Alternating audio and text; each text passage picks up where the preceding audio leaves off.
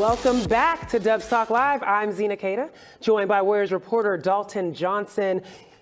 Warriors battled in the Mile High City and really had a lot to be proud of against the reigning world champs, the Denver Nuggets, but they succumbed defeat in crunch time, falling 108 to 105. Honestly, Dalton, despite the loss, I really do think that there's a lot of positives that the Warriors can walk away with. In the words of Draymond Green, there are no moral victories, but at the same time, you love to be able to fly home after a game like this where you are down Draymond Green, you are down Gary Payton in the second, right, and you're able to take the defending champions down in the final seconds on their home floor. Again, there's a lot of positives, as you said, to come away from this. You want to come out with a win every single time, but the Warriors can find so many little wins within this loss as well. For sure. And you think about 8 cities in 8 games. They went 5-3 overall. And yes, that's a loss to take back to San Francisco. But when you think about the defense tonight, when you think about what the bench did tonight, and we're going to get into all of this, there were a lot of great things that they were able to do on tired legs, down 2, as you mentioned, and again, allowing the young players to step up in the moment. But let's go ahead and start talking about the way they closed that game. The final minutes of the game, again, Warriors are not scared of crunch time. They've been doing it all season, but there were some interesting decisions made in the last 2 to 3 minutes of this game. Starting off with that Andrew Wiggins 3. He was 0 for 3 at that point, and then Chris Paul taking this play right after he had had a successful 2-man game with Kevon Looney and scored, who ended up scoring against Jokic. And then this final play with Steph Curry, who had just made a 3 to take them to 105, takes the shot at a 2, and Klay was open in the corner. Thoughts on these decisions? I was surprised that they didn't go for the win, especially, again, you talk about tired legs, end of a road trip. Kind of surprised that they didn't go for the win instead of going for the tie and going for overtime at the end of the game right there. Klay Thompson, yeah, he's open in the corner there. Aaron Gordon flashes, so I get that he's open. At the same time, though, look, Steph Curry was 6 of 13 tonight from three-point range. Yeah. The rest of his teammates were 5 of 22 overall. He didn't get a lot of help from three-point range from any of his teammates, including Andrew Wiggins, including CP3, as we saw right there. The Wiggins missed shot, I understand more because there was only 5 seconds left in the shot clock. Yeah. Chris Paul, though, I mean, there were still 12 seconds left. Yeah. That's a shot and a play in general. We talk about his basketball IQ, how off the charts it is. It's one that really surprised me because there was still time left in the shot clock where you see someone like Chris Paul who wants to keep that ball moving, right? So that one actually surprised me a little bit, especially CP3's. Particularly when the 2-man game was working, the pick and roll was working, and he was able to capitalize on his small, more agility, you know, in the way to be able to get size, distance from the people with size. His midi was working. His midi was working throughout the game, and you think that he went 1-4 over the game. Chris Paul with 11 seconds on the shot clock, that's probably not the shot you want to take. And when you think about, you know, you got Stephen Curry as a teammate.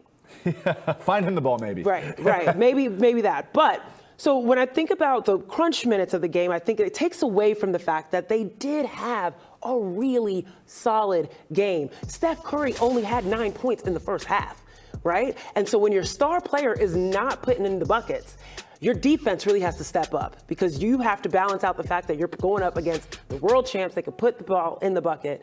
And this is what I was very impressed with. The Warriors being able to keep the Denver Nuggets to under 35% from 3 and also keep that man right there, Jokic, in the paint. He was 1 of 8 from 3. Well, and also, again, 35 points, 13 rebounds from Jokic. He's going to get his. He's going to put up those kind of numbers. I understand that. But I think that actually the way the Warriors played defense overall, the strategy on Nikola Jokic was very, very well sound. I mean, you did what you need to do against Jokic, which is early on in the game when the Warriors got into a bit of a tough hole right away, they were crashing on him a little bit too fast, getting those doubles on Jokic a little too soon. Right. But you don't want to do that with him. Again, they held them to 5 assists and 3 turnovers That's one of those little wins that we talk about, where let him get those points. We know what Jokic can do. We know that, yeah, he can back down and get those little easy points if he needs to, but he's best served as a facilitator, actually. And that showed why losing Jamal Murray really hurts the Denver Nuggets. Why you want to let someone like Jokic rather have him score a bunch of points than get to the triple-double, than get to the 10-plus assists by any means. So they doubled him a little too fast early on, but after that, it was single coverage and then double him down the stretch when he's tired and you saw those 2 missed free throws. It looked like tired legs missed free throws by Nikola Jokic. So overall, a really good defensive strategy by the Warriors. And to think that the Denver Nuggets had to keep Nikola Jokic in the game throughout the entirety of the game. They were not allowed to really rest because they kept coming. And another thing, the relentlessness of their defense. You saw in the clips, Klay Thompson being so physical. That physicality was showing up on all ends of the floor, getting deflections, especially with that young crew. But I just appreciated Klay Thompson. I want to put a highlight on him because he was battling. And you talked about in the preseason that, he might have to play in the forward position. He might have to guard some bigger bodies. And the way he came up against Aaron Gordon tonight, who is a very physical player, kudos to Klay. 1,000%. I mean, Klay Thompson, that's part of the evolution that we're seeing with him. When he can play that 4 on defense, it really helps out the Warriors in so many different ways. The shot, I expect to come around more for Klay Thompson. He's now only shooting 35% from three-point range. But if you look at his career, season by season, he never comes out of the gate scorching hot shooting the ball. It's a slow process where he finds his shot. You look from month 1 to month 2, it gets better and better for Klay Thompson. So I'd much rather see a strong defensive performance early in the season for Klay Thompson at this point of his career than stress about the offense. The offense usually comes for Klay Thompson. Talk to me again at the 20 game mark, and then we can have a real conversation about Klay's offense. But his defense right now is standing out. And the defense was all throughout the roster, starting with the person that's usually doing the offensive production, and that's Steph Curry. I asked you all before the game, when you look at Steph's game, what part is more underrated? Because when he scores the ball, that usually is the highlight. People don't think about the fact that how he had to set himself up, that agility to lose defenders, but then also his defense. Tonight, I said this on Twitter. I think he is putting on clinics around getting around screens. Look at how he's getting skinny in front of that screen and staying low enough to stay in front of his offensive player. I mean, he was putting on a clinic, and you all believed it, 76%. His defense is truly underrated. Steve Kerr said this. I like the way that you pointed out how he gets skinny and gets through those screens, but at the same time, it's also a combination of him being stronger and being a better athlete also. The way he has progressed his body throughout his career has allowed him to both do the skinny, use his speed, use his quickness to get through there, but also have the strength, have the physicality to fight through those screens with a Nikola Jokic, all of that. So his defense has been underrated for a few seasons now. This isn't anything new. Steph Curry wants to, of course, be seen as a two-way player. He challenges himself on that side of the floor. That's where the extra work in the weight room comes out for Steph Curry. So yes, his defense has been underrated for a long time. The starting unit's defense overall on the season hasn't been great, but it showed a lot of courage, a lot of heart, a lot of determination against such a formidable, connected group in the Denver Nuggets, such an offense that knows each other so well at the end of a road trip. So you got to hang your hat on getting the Denver Nuggets to get them to 108 instead of a 120, 125 point output. That is, again, a really, really good thing that Steve Kerr, the coaching staff, the players can hang their hat on going home to San Francisco. Think about OKC put up 139, on this team, 108 Denver Nuggets, and even in that one sequence, Steph got over and under a screen, right? Under and over a screen. So true about that strength. He's actually at the podium. Let's see what he had to say about tonight's loss. Nobody likes to lose, but you look at the fact that we can play a lot better in the margins, and we can execute a little bit better. I think offensively, get a little bit more organized, understanding how they guarded us, but they try to take away. So yes, you feel as good as you could after a loss, just knowing the steps we need to take. And they're the defending champs, like at home, and the schedule that we've had. We have a competitive spirit and a togetherness that is, nice to see develop this early in the season. What do you think of that whole no call, Dalton situation? It was definitely goaltending. They missed it and keep playing. You had a chance to tie the game with a layup. Did you want it to go for the 3 instead of the win? You're kind of just reading the situation based on where KCP was guarding. I know he's probably expecting me to either step back or, I've hit some of those already this year where, kind of ISO situations. Once I got by him, I like the shot I took. I'm not afraid to take it, not afraid of what happens. And if it goes down, when you get a stop, go to overtime. The last thing I wanted was to kind of rush a 3 that, might not be the best look, just knowing the situation. So I just made the play I thought was the right one. We'll live with that shot. This was the first time Trace played against a big, the caliber of Jokic. How do you think he fared? I think he did great. I mean, Jokic is a beast. He averages whatever he averages against the whole league. So it's tough to stop him. You just try to make him work. I think after the first possession where he spun baseline and they called foul, I think he kind of understood angles and, just being ready to play and then making him guard him on the other end too. That's where Trace can bring us on both ends of the floor. He got a lob and one. Got to the free throw line a couple of times in the second half. Made a transition layup where he's putting pressure on their entire team at the rim. So he plays with confidence and he'll understand the nuances of the best center in the league right now, arguably, him and Joel. So it's a tall task, and I think he did a great job.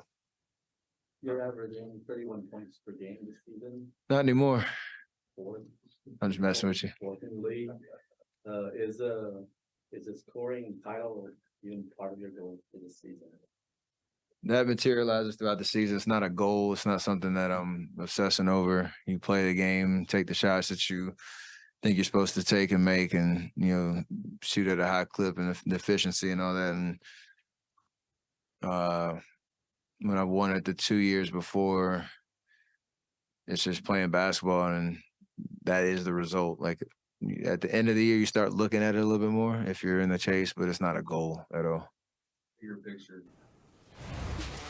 When we come back, we're going to talk about the bench's performance led by that adult in the room. CP3, don't go anywhere. It's Dubs Talk Live.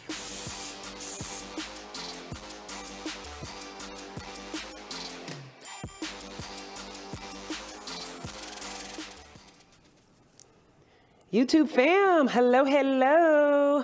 What's going on? I'm looking through your comments and I see people are feeling that goaltend call. Oh, yeah. I mean, of course. That's tough. They lose by 3 points. Steph went for 2 points to tie the game. Correct. You take away 2 points from him. Yeah, it's incredibly frustrating. And Steve Kerr even showed his frustration saying, yeah, we're used to it at this point. I mean, think about the whistle that Steph Curry gets in the NBA for a superstar to be his head coach, to have that happen. No, it just has to be. I know what you're going to say there, and I feel the same. But I mean, and Steve Kerr is doing it in the smartest way possible for a coach, with also still letting the league know, hey, we're a little frustrated right here. Right. You expect better for anybody, but for Steph Curry to not get that kind of goaltending call, it hurts. And not even just that goaltending call. There were a lot of takes at the end of the game that it was very questionable in terms of what they were calling for the other side. And I'm not even trying to be like a homer here. I'm not. I promise. I'm not. I'm not. I mean, you look at some of the calls that Jokic was getting, and like you said, it's a superstar whistle. And you think about calls that Jokic was getting in comparison to Steph. It was like, interesting. The Jokic ones, you could tell that they were frustrated. Oh, yeah. I mean, Chris you could Paul see the collective groan. Right. They all went like this. What are we doing? It was frustrating. It was a collective groan from the court. And then 2 seconds later, you look at that loon fourth foul, and then TJD gets the call as well. Late. Like the ball went up. Brandon Podziemski got a rebound. Everyone was so confused. Like, what happened? Whistles were going a certain way for a little bit. But And that's the way the cookie crumbles. There it is.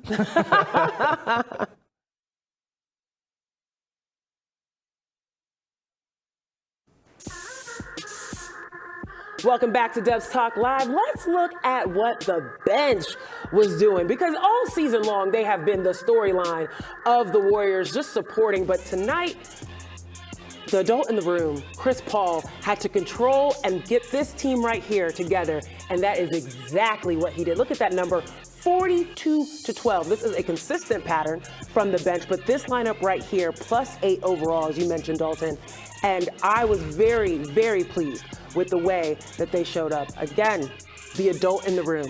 You've got to be, when you think about an adult in the room, there's someone that's able to realize, okay, I got some younger people in the room. They are excited. They got energy. They got potential. They got skills, but they need to know how to harness them, right? I got to get them on the same page. And that is what CP3 does superbly. And he really, I think, when you look at that lineup and how confident those guys were, and how you saw a little jersey grabs, right? You saw a little bit of directing and coaching, really, from Chris Paul. And you've mentioned this before, Dalton, about how much of a player coach he can be for that particular lineup. Yeah, when you don't have Draymond Green, you don't have Gary Payton II, but especially Draymond, you start to wonder, okay, who's going to step into the starting lineup?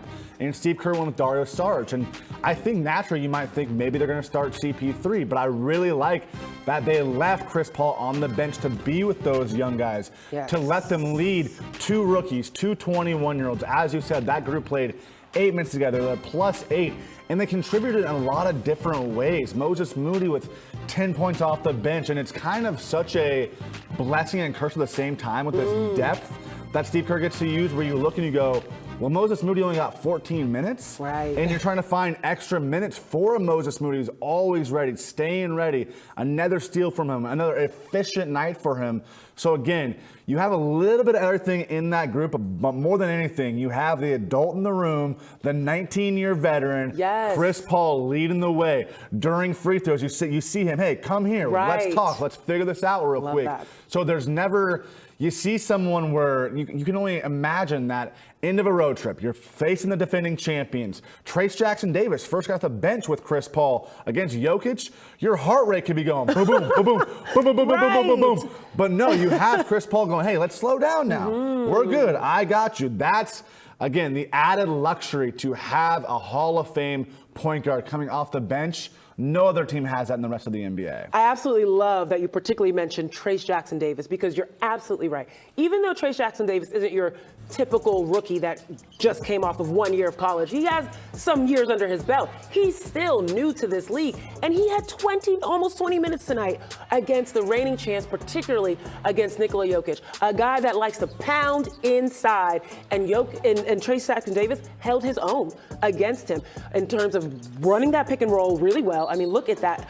ability to catch, ability to finish in traffic, and then also this ability to attack. So he was just doing it all over the court, and I was very impressed with his ability to be put into a high-stakes situation and perform. He plays strong. I love seeing the finish. The one finish on the law from Steph was incredible. Really, really impressive stuff. Yeah. And, of course, obviously, yes, we're going to talk about him going into Jokic tonight, but he's met the challenge multiple times now. I mean, you talk about the preseason. He faces Anthony Davis. He faces Sabonis. His first NBA game, he goes against Sabonis. Tonight, he's got Jokic. His first big opportunity was in that blowout win against the Pelicans. But the Pelicans had some big, tough, down-low players, Zion, etc. Yeah. And then even against Cleveland, he played 12 minutes, and you're going against the Jared Allens of the world, the Evan Mobleys of the world. So Trace Jackson Davis, he hasn't been going against a bunch of other rookies by any means. He's not getting a bunch of softballs put on the tee for him. He's getting some real tough challenges,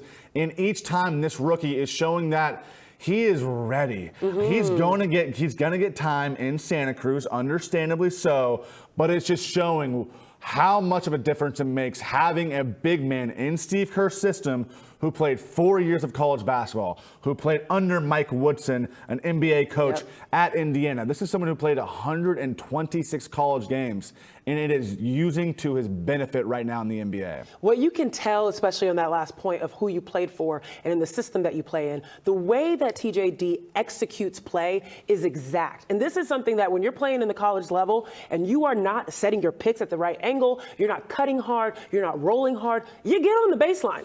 And you got to run until you get it right. And you can tell just how tactical he is about what he's doing and how strong, like you mentioned, he can be with those solid legs and that solid lower body. I'm very, very impressed and excited for what he's going to be able to produce. Now, thinking about the other post coming off the bench that tonight had an opportunity to start, Dario Saric. So Dario had to start in the place of Draymond Green.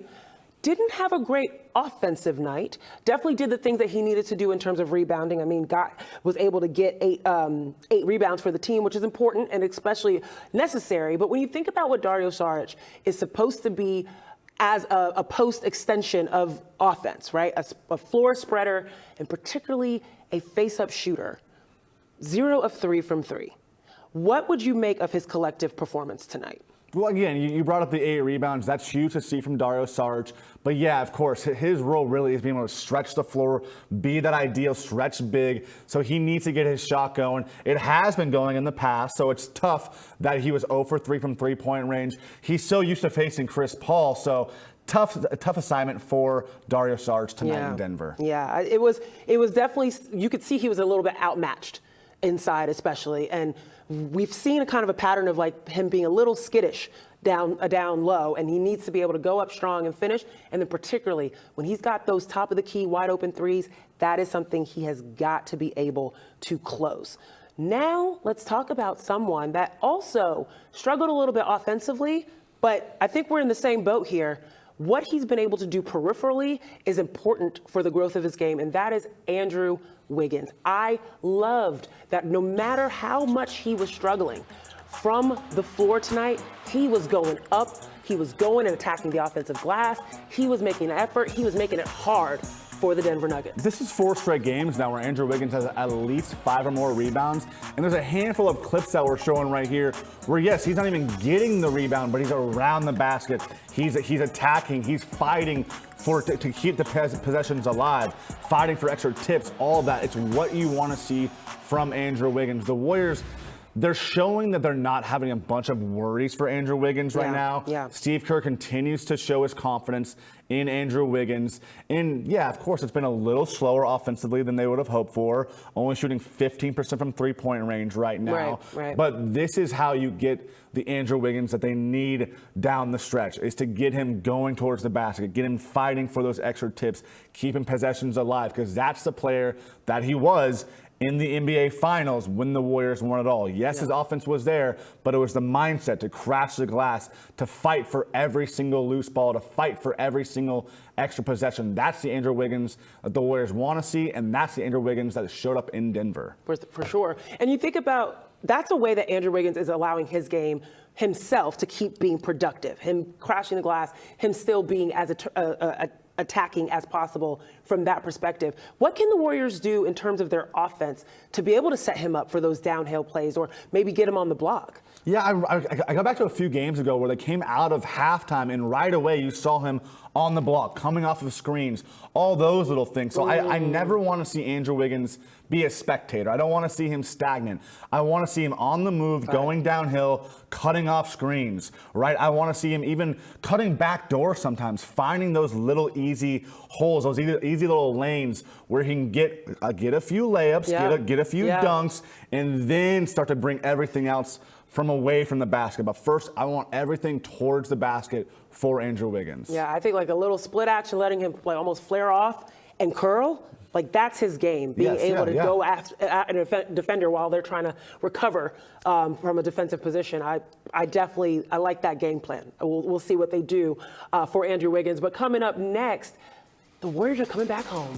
After 8 games in 8 cities, they are finally bringing it back to Chase Center. We're going to talk about who they got up next when we come back on Dubs Talk Live.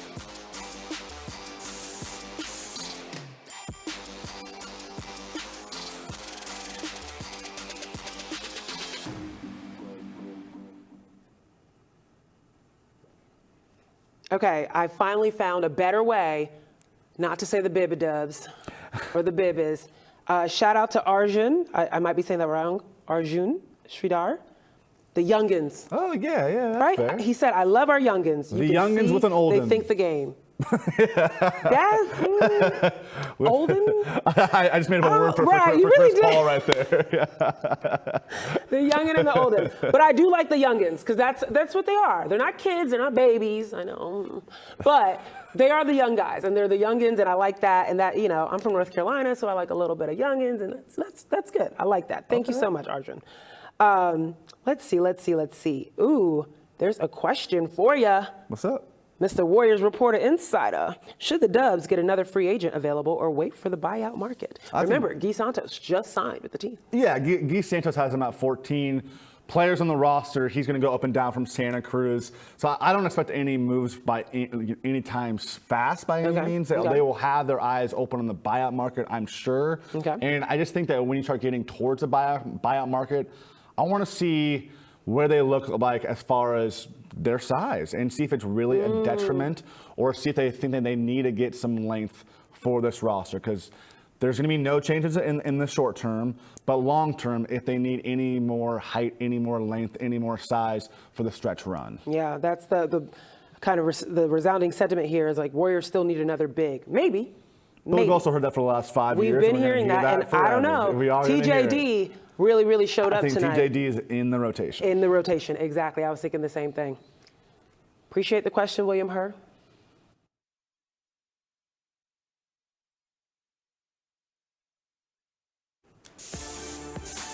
The Warriors are finally home.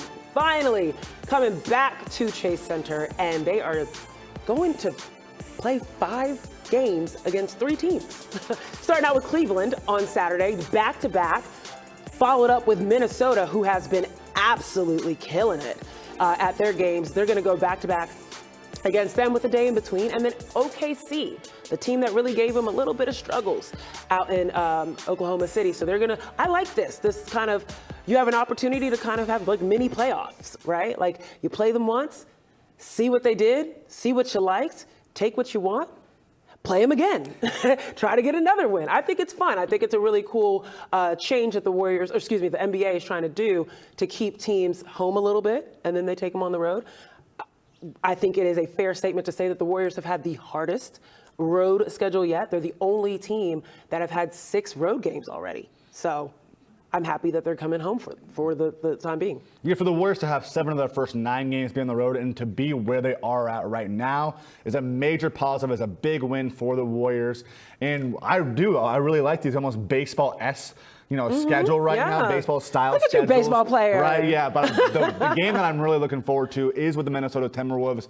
I want to see Anthony Edwards in person. Looks like he's having his superstar breakout right now, especially after playing for Steve Kerr on Team USA. That's one that Anthony Edwards is going to want to have, and same with Steve Kerr as well. Well, thank you for joining us on Dubs Talk Live. Again, Warriors go down to the Denver Nuggets. Zena, Keita, Dalton, Johnson. Appreciate you joining us. We'll be back. Join us next time on Dubs Talk Live.